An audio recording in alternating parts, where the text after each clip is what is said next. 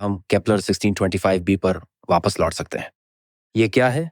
और आपने इस तरह के सफ़र के बारे में बात की है, इस तरह का मिशन जो एक्सोमून खोजने के लिए, मतलब वहाँ चाँद या छोटे कूल ऑब्जेक्ट्स को खोजने के लिए होता है।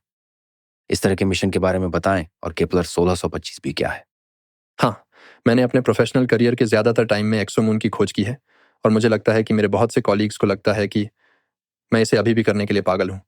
आखिर में 5 साल तक कुछ नहीं मिलने के बाद मुझे लगता है कि ज़्यादातर लोग शायद कुछ और करने की कोशिश करेंगे, यहाँ तक कि लोगों ने मुझसे भी यही कहा। प्रोफेसरों ने भी कहा। MIT प्रोफेसर एक कॉकटेल पार्टी में मुझे एक तरफ ले गए। उन्होंने कहा, आपको सिर्फ हॉट जुपिटर ढूंढने चाहिए, वे हर जगह हैं, आप पेपर लिख सकते हैं और उन्हें ढूंढना बहुत आसान है। और मैंने कहा, हाँ, लेकिन हॉट जुपिटर बस, मुझे उसमें दिलचस्पी नहीं है। मैं कुछ ऐसा करना चाहता हूं जो मुझे इंटेलेक्चुअली ज्यादा मजबूत करे।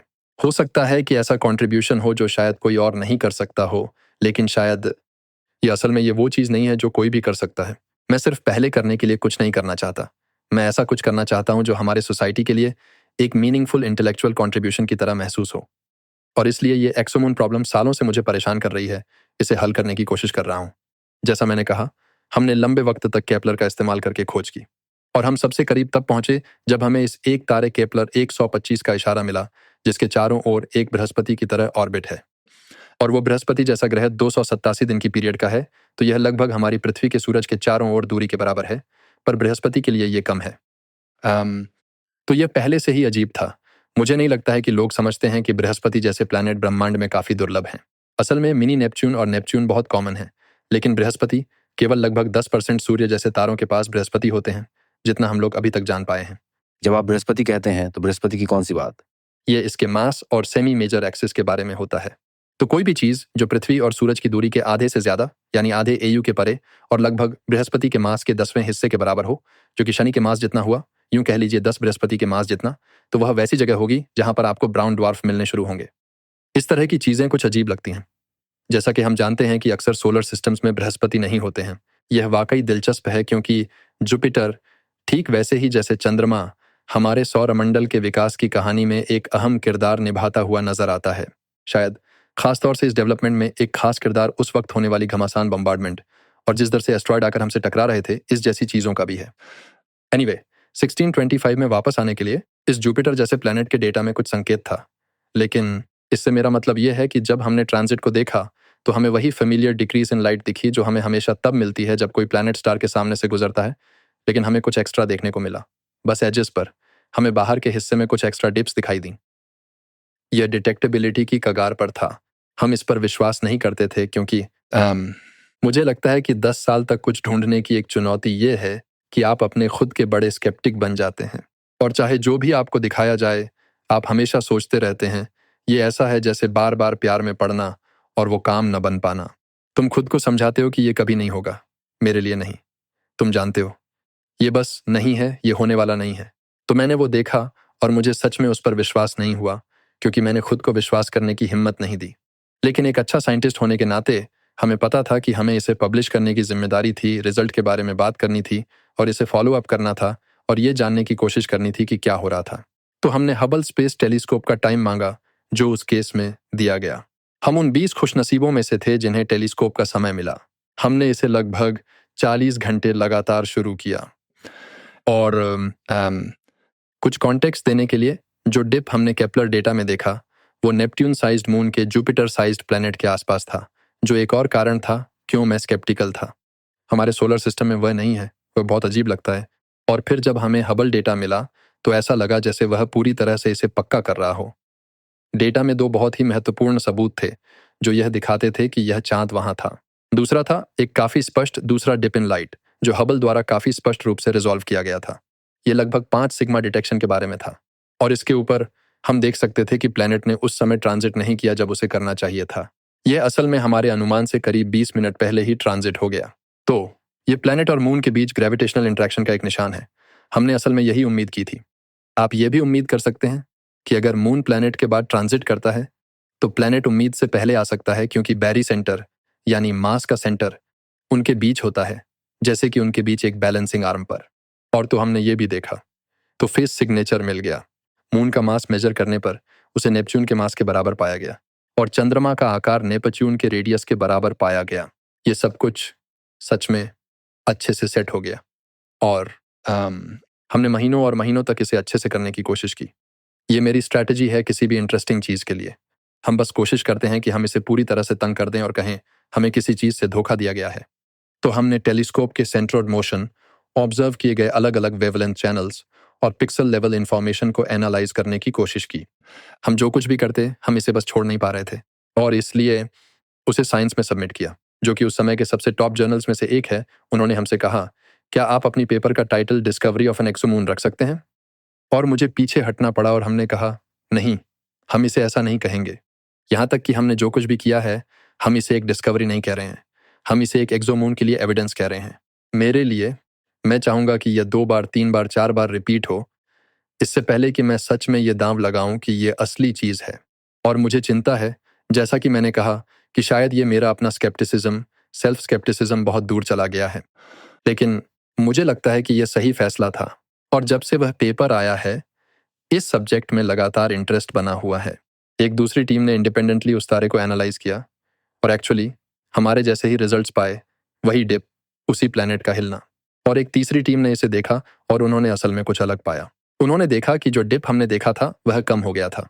उन्होंने थोड़ा सा हिंट देखा डिप का, लेकिन जैसा हमने देखा था वैसा स्पष्ट नहीं था। और उन्होंने हलचल भी देखी। तो थोड़ी बहुत टेंशन की स्थिति बनी हुई है हबल डेटा के एनालिसिस में कमी को लेकर। और इसको हल करने के लिए मेरा मन कहता है कि बस फिर से देख लो। हमने असल में उसके बाद सीधे हबल को प्रस्ताव दिया था। हमने कहा, देखो, अगर हमारा मॉडल सही है, अगर मून है, तो वो पिछली बार देर से आया था, वो प्लैनेट के बाद ट्रांजिट हुआ था, क्योंकि ऑर्बिट के कारण हम ये कैलकुलेट कर सकते हैं कि ये अगली बार प्लैनेट के पहले ट्रांजिट करेगा। अगर ये वहाँ नहीं है, ये पहले ट्रांजिट नहीं हुआ है और बाद में हम एक डिप देखें भी, तो हमें पता है कि ये हमारा मून नहीं है। ये साफ तौर पर डेटा में कोई इंस्ट्रूमेंटल इफेक्ट है। हमारे पास ये एक कैजुअल प्रेडिक्शन था कि मून कहाँ होना चाहिए, इसलिए मैं इसके बारे में सच में बहुत एक्साइटेड था। लेकिन हमें टेलीस्कोप का टाइम नहीं मिला और अफसोस की बात है, अगर आप भविष्य में आगे जाते हैं तो हमारे पास अब भविष्यवाणी करने की कैपेबिलिटी नहीं है, क्योंकि ये ऐसा है जैसे वेदर प्रिडिक्ट करना। आप अगले हफ्ते का वेदर कुछ हद तक एक्यूरेटली प्रिडिक्ट कर सकते हैं, लेकिन अगले साल का वेदर प्रिडिक्ट करना बहुत मुश्किल हो जाता है। जैसे जैसे आप फ्यूचर की ओर बढ़ते जाते हैं, अनसर्टेनिटीज बढ़ती हैं और ज़्यादा कंपाउंड होती जाती हैं। तो फिर क्या आप लोग पता कर पाए कि चांद कहाँ पोजीशन्ड होगा, ताकि आप लोग ऑर्बिटिंग ज्योमेट्री और फ्रीक्वेंसी के बारे में हम सबको और भी कुछ बातें बता सकें? हाँ, तो बेसिकली खुद प्लैनेट की वॉबल्स से हमें मून की ऑर्बिटल मोशन के बारे में पता चलता है। ये मून का रिफ्लेक्स मोशन है जो प्लैनेट पर असर डालता है। लेकिन क्या यह सिर्फ एक अनुमान नहीं है कि कहाँ? मैं चिंतित हूं कि तुम यहाँ इतनी स्ट्रांग प्रेडिक्शन कर रहे हो, क्योंकि अगर अगली बार आपको मून वहां नहीं दिखता जहां मून होना चाहिए था, भले ही आपने हबल टाइम लिया हो, तो क्या इसका मतलब कुछ और हो सकता है अगर वो नजर ना आए? क्योंकि आपने कहा था कि यह इंस्ट्रूमेंटल होगा। मैं ऐसा महसूस करता हूं कि मुझे स्ट्रांग अर्ज हो रही है कि मैं आपकी बात को गलत साबित कर दूं। ये एक बहुत अच्छा इंपरेटिव है, ये साइंस करने का एक अच्छा तरीका है, लेकिन जैसे कि ये इतना नॉइजी सिग्नल है ना, या ब्लरी सिग्नल, शायद लो रेजोल्यूशन सिग्नल, शायद ये सही शब्द है। I mean, ये एक 5 सिग्मा सिग्नल है, तो ये थोड़ा अनकंफर्टेबल एज पर है। मेरा मतलब, ये अक्सर कहा जाता है कि किसी पहले नए फिनोमेना का डिटेक्शन करने के लिए आपको लगभग 20-25 सिग्मा डिटेक्शन चाहिए, फिर इसमें कोई शक नहीं होता कि जो आप देख रहे हैं वह असली है। तो यह उस एज पर था। मुझे लगता है कि ये हिग्स बोसन के बराबर है, लेकिन हिग्स बोसन थोड़ा अलग था, क्योंकि वहाँ इतना थ्योरेटिकल इम्पेटस था कि उस प्रिसाइज लोकेशन पर सिग्नल की उम्मीद थी। किसी ने भी एक नेपच्यून साइज की चंद्रमा की भविष्यवाणी नहीं की थी। जुपिटर साइज्ड प्लैनेट्स के चारों ओर नेपट्यून साइज्ड मून्स की उम्मीद करने वाले कोई पेपर्स नहीं हैं। मुझे लगता है कि हम इसके रियलिटी को लेकर स्वाभाविक रूप से स्केप्टिकल थे, इसलिए लेकिन ये साइंस इन एक्शन है, और जब हम वॉबल को फिट करते हैं, हम डिप्स को भी फिट करते हैं, और हमारे पास ऑर्बिट की मोशन के लिए ये 3D जियोमेट्रिक मॉडल होता है। और इसे आगे बढ़ाते हुए हमने पाया कि हमारे अनुमान के लगभग 80% ने चांद को पहले पहुंचने की ओर इशारा किया। तो यह 100% नहीं है, यहाँ पर शायद 20% केसेस में ऐसा हुआ। लेकिन मेरे लिए वह एक इतनी कठिन प्रोजेक्शन थी कि हमें यकीन था कि हम एग्जिट को रिफ्यूट कर सकते थे, जो कि वही था जो मुझे सच में चाहिए था।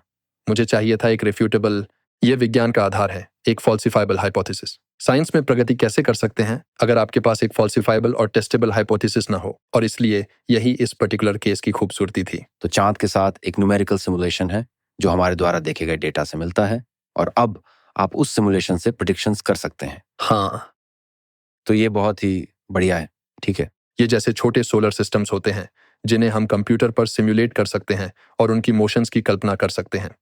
लेकिन हम चीज़ों को उस हद तक ले जा रहे हैं जो संभव है, और ये एक डबल एज्ड स्वॉर्ड है।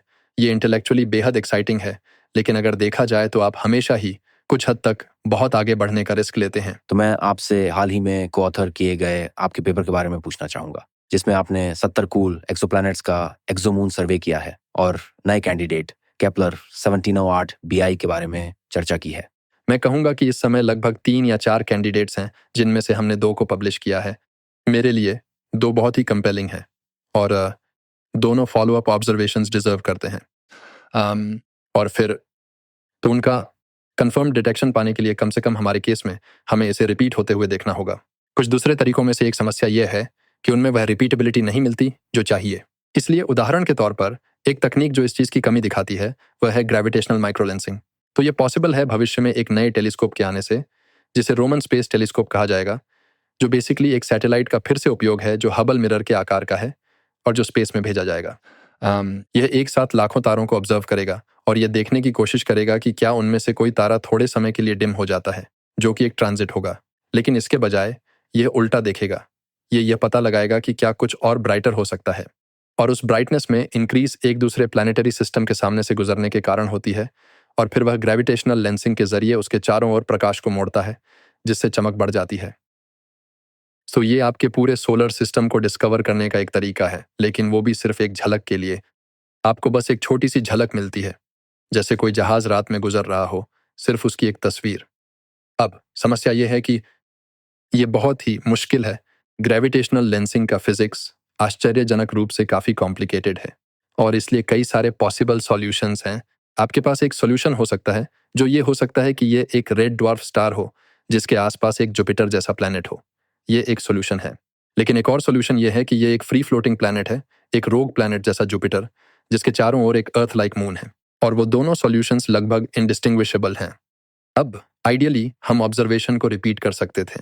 हम वापस जाकर देख सकते हैं कि अगर चांद सच में वहां है तो हम उसके मास को प्रेडिक्ट कर सकते हैं, उसकी मोशन को प्रेडिक्ट कर सकते हैं, और उम्मीद कर सकते हैं कि अगली बार वो शायद यहाँ होगा या कुछ ऐसा। माइक्रो लेंसिंग के साथ ये एक स्नैपशॉट इवेंट है, और इसलिए मेरे लिए ये एक्सोमून पॉपुलेशन के बारे में कुछ खोलने का एक दिलचस्प तरीका है। लेकिन मैं हमेशा ट्रांजिट्स की तरफ वापस आता हूँ, क्योंकि ये सिर्फ एक तरीका है जो हमारे पास है, जो बिल्कुल रिपीटेबल है। हम वापस आकर सभी को साबित कर सकते हैं कि देखो, 17 अक्टूबर को मून यहाँ होगा और मून ऐसा दिखाई देगा, और हम एक्चुअली उस इमेज को कैप्चर कर सकते हैं। और यही हम कई एक्सोप्लैनेट्स के साथ देखते हैं। तो हम उसी पॉइंट तक पहुंचना चाहते हैं जहां हमें पूरा कॉन्फिडेंस, फुल कन्फर्मेशन मिले और इन एक्सोमून्स का स्लैम डंक डिटेक्शन हो जाए। हाँ, ये एक बहुत ही ज़्यादा मुश्किल सफ़र रहा है उस फील्ड को उस दिशा में बढ़ाने की कोशिश करने में।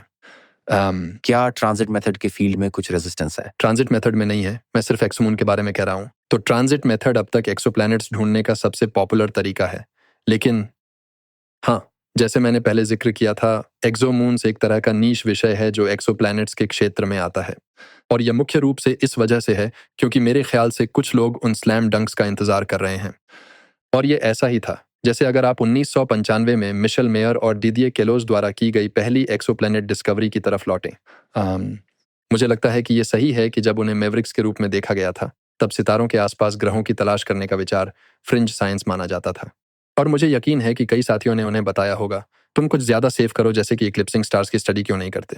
2 बाइनरी स्टार सिस्टम, हमें पता है कि वे मौजूद हैं। तुम अपना समय ग्रहों को ढूंढने में क्यों बर्बाद कर रहे हो? तुमको एलियन टैग या ऐसा कुछ मिल जाएगा और तुम्हें एक फ्रिंज मैवरिक साइंटिस्ट के तौर पर देखा जाएगा। तो मुझे लगता है कि उन शुरुआती प्लैनेट हंटर्स के लिए लेजिटिमेसी प्राप्त करना और गंभीरता से लिया जाना काफ़ी कठिन था। इसलिए बहुत ही कम लोगों ने अपनी करियर को खतरे में डाला इसे करने के लिए, सिवाय उनके जो या तो इसे करने के लिए प्रेरित थे या जिनके पास शायद करियर था, जैसे टेन्योर या कुछ ऐसा जिससे उन्हें असफलता के परिणामों की चिंता नहीं करनी पड़ी। एक बार जब ऐसा हुआ, एक बार जब उन्होंने फर्स्ट डिस्कवरीज की, रातों रात हर कोई और उनके कुत्ते तक एक्सोप्लैनेट्स में इंटरेस्ट लेने लगे, और अचानक पूरा एस्ट्रोनॉमी कम्युनिटी का फोकस ही बदल गया। बहुत बड़ी संख्या में लोग जो कभी एक समय में इक्लिप्सिंग बाइनरीज को स्टडी कर रहे थे, अब एक्सोप्लैनेट साइंटिस्ट बन गए, और इसलिए वह फर्स्ट वेव के एक्सोप्लैनेट साइंटिस्ट थे।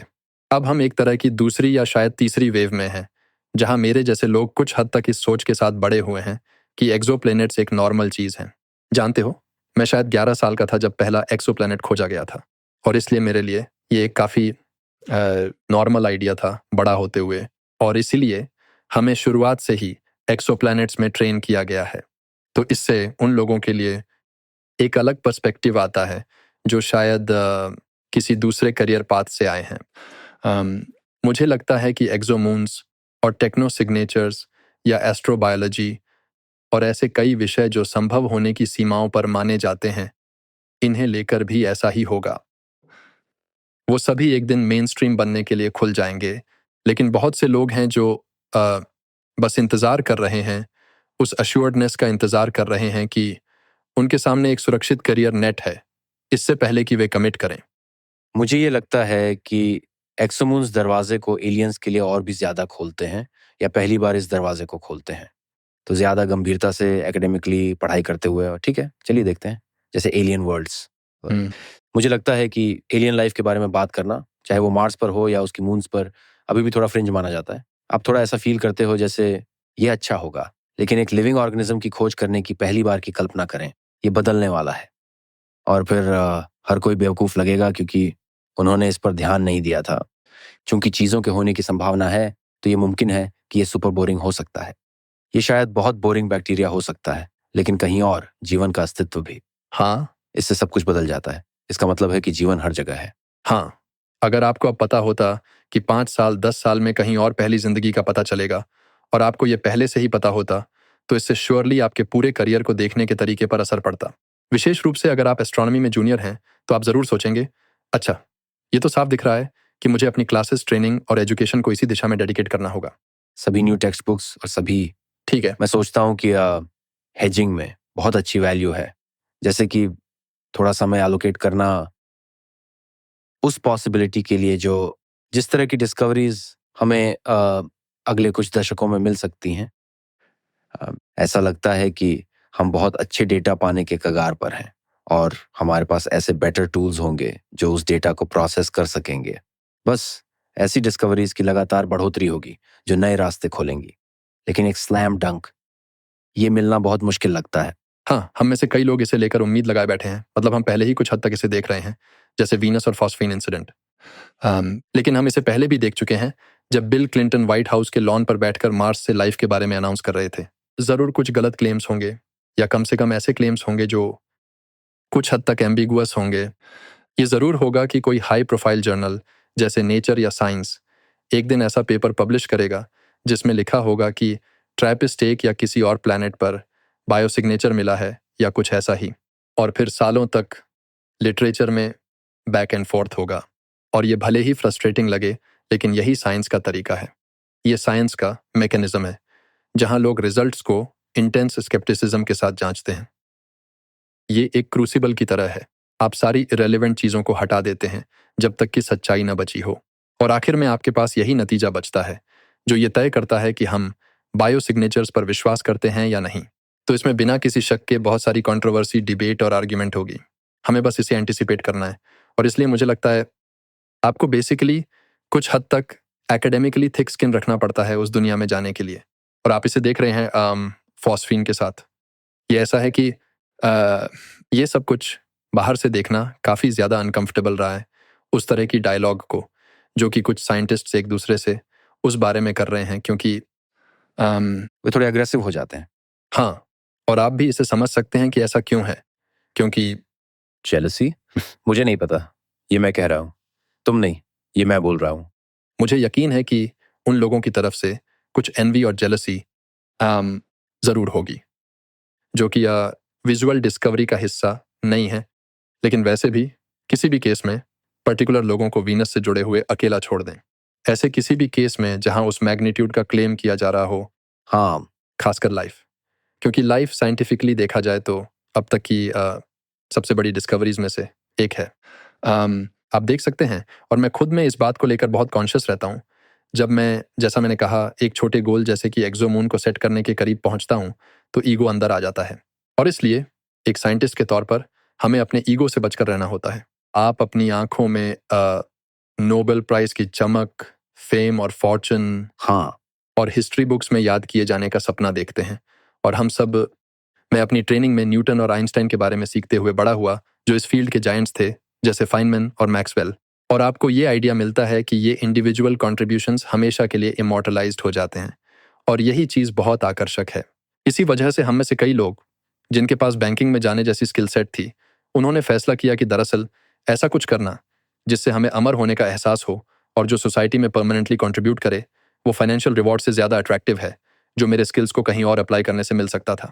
तो किसी हद तक वो ईगो एक फ़ायदा हो सकता है, क्योंकि ये हमारे फील्ड में स्किलफुल लोग लाता है जो अदरवाइज कहीं और पैसों के लिए आकर्षित हो सकते थे। लेकिन दूसरी तरफ, जब आप नोबेल प्राइज़ के करीब पहुंचते हैं, या फिर अगर आपको लगता है कि आप कुछ बड़ा देखने के करीब हैं, तो आप अपनी ऑब्जेक्टिविटी खो सकते हैं। ऐसा ही एक बहुत फेमस एग्जाम्पल बर्नार्ड स्टार है। वह एक ग्रह था जो पीटर वैन डी कैंप ने दावा किया था। मुझे लगता है कि यह 1978-1969 में था, और उस समय यह पहला एक्सोप्लैनेट होगा जिसे क्लेम किया गया होता। और उसे उसे यकीन हो गया था कि यह प्लैनेट वहाँ है। वह दरअसल वॉबलिंग स्टार मेथड यूज कर रहा था, लेकिन इस एक्सोप्लैनेट का दावा करने के लिए तारों की पोजीशंस यूज कर रहा था। आखिरकार पता चला कि यह प्लैनेट वहाँ नहीं था।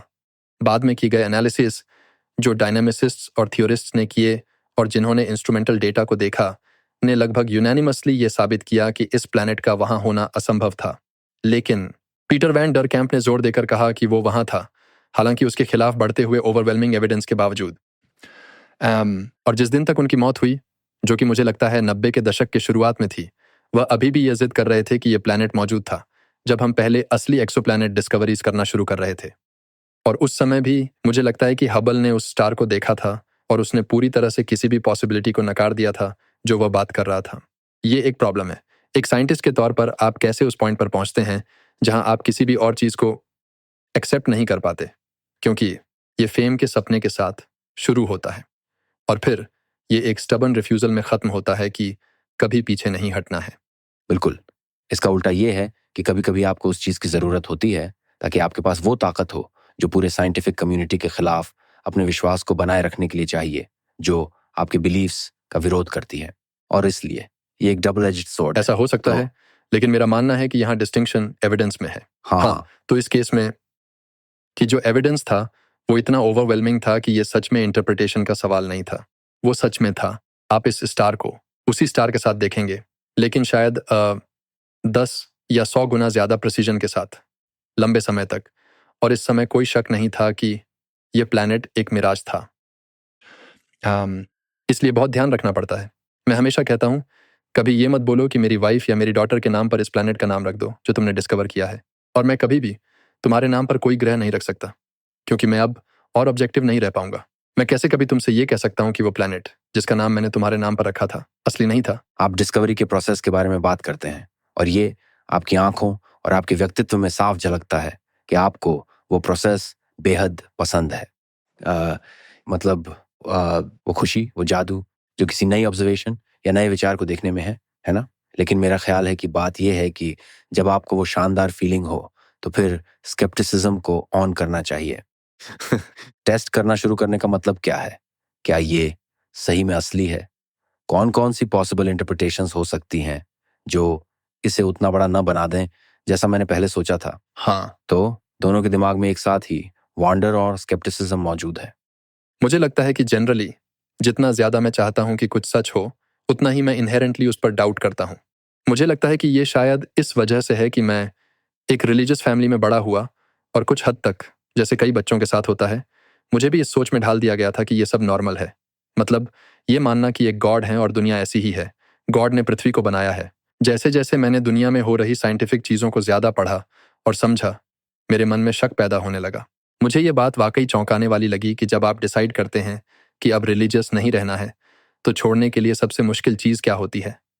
और ये कोई लाइट बल्ब मोमेंट जैसा नहीं होता, बल्कि धीरे धीरे होता है। और मेरे लिए शायद ये 11 से 13 साल की उम्र के बीच हुआ। लेकिन सबसे ज़्यादा दुख उस खूबसूरत सपने को छोड़ने का होता है जो आपके मन में था, इटर्नल लाइफ का सपना। इस धरती पर अच्छा व्यवहार करने के बदले आपको वो खूबसूरत जन्नत मिलती जहां आप हमेशा के लिए रह सकते। और ये बहुत ही आकर्षक ख्याल है।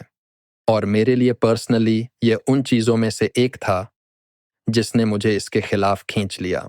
ये इतना अच्छा है कि सच लगना मुश्किल है, और ये सोचना बहुत ही कन्वीनियंट लगता है कि ऐसा संभव हो सकता है। और मेरे पास कोई डायरेक्ट एविडेंस नहीं है साइंटिफिक सेंस में जो इस हाइपोथेसिस को सपोर्ट कर सके। और ये मेरे लिए बहुत मुश्किल हो गया था कि मैं अपने ग्रोथ को एक साइंटिस्ट के रूप में रिकंसाइल कर पाऊँ। और मुझे पता है कि कुछ लोग इसे रिकंसिलिएशन मानते हैं, लेकिन मैं नहीं मानता। शायद एक दिन मैं करूँगा। लेकिन एक जनरल गाइडिंग प्रिंसिपल के रूप में जो मैंने उस अनुभव से सीखा, वो ये था कि मुझे ये सुनिश्चित करना होगा कि जो मैं सच मानता हूँ उसके बारे में मैं बहुत सतर्क रहूँ, क्योंकि ये मुझे ऐसी बातें कहने के लिए प्रभावित कर सकता है जो जो सच नहीं है अगर मैं केयरफुल नहीं रहा। और यही हम साइंटिस्ट के रूप में करने की कोशिश नहीं कर रहे हैं। तो आपको एक रिलीजियस पर्सपेक्टिव से ऐसा लगा कि वहाँ आपके ओपिनियंस के हिसाब से एक तरह का ग्रेविटेशनल फील्ड था, जैसे कि ये आपके साइंटिस्ट होने के तरीके को प्रभावित कर रहा था। जैसे एक साइंटिफिक थिंकर के रूप में ऑब्वियसली हम यंग हैं। हाँ, मुझे लगता है कि ये सच है कि जब भी कुछ ऐसा होता है जिसे आप सच मानना चाहते हैं, तो ये अल्टीमेट सेडक्शन है इंटेलेक्चुअली। और मैं इस बात की बहुत चिंता करता हूँ कि यूएफओ के साथ ये होता है। ये पहले ही सच हो चुका है, जैसे वीनस, फॉस्फीन और एस्ट्रोलॉजिकल सिग्नल्स की खोज करना। हमें इस बात से बचकर रहना होगा, चाहे हम लाइफ की तलाश कैसे भी कर रहे हों, या फिर चाहे हम इस बड़े सवाल का जवाब कैसे भी ढूंढ रहे हों। मुझे लगता है कि हमारे अंदर एक हिस्सा है जो ये चाहता है कि यूनिवर्स में जीवन हो। आई होप कि यूनिवर्स में जीवन हो, लेकिन मैं कई बार यह बात साफ तौर पर कह चुका हूं कि इस सवाल के बारे में जानबूझकर एग्नोस्टिक रहने की कोशिश में काफ़ी फर्म हूं। मैं ये तय नहीं करना चाहता कि जवाब क्या है जब तक कि मैंने उस निर्णय के लिए सबूत इकट्ठा न कर ली हूं। यही तो विज्ञान का तरीका होना चाहिए। अगर मुझे पहले से जवाब पता है तो मैं कर क्या रहा हूं, वो फिर कोई साइंटिफिक एक्सपेरिमेंट नहीं रह जाता। अगर आपने पहले ही तय कर लिया है तो आप सीखने की कोशिश ही क्यों कर रहे हैं? अगर जवाब पहले से पता है तो एक्सपेरिमेंट करने का क्या मतलब है?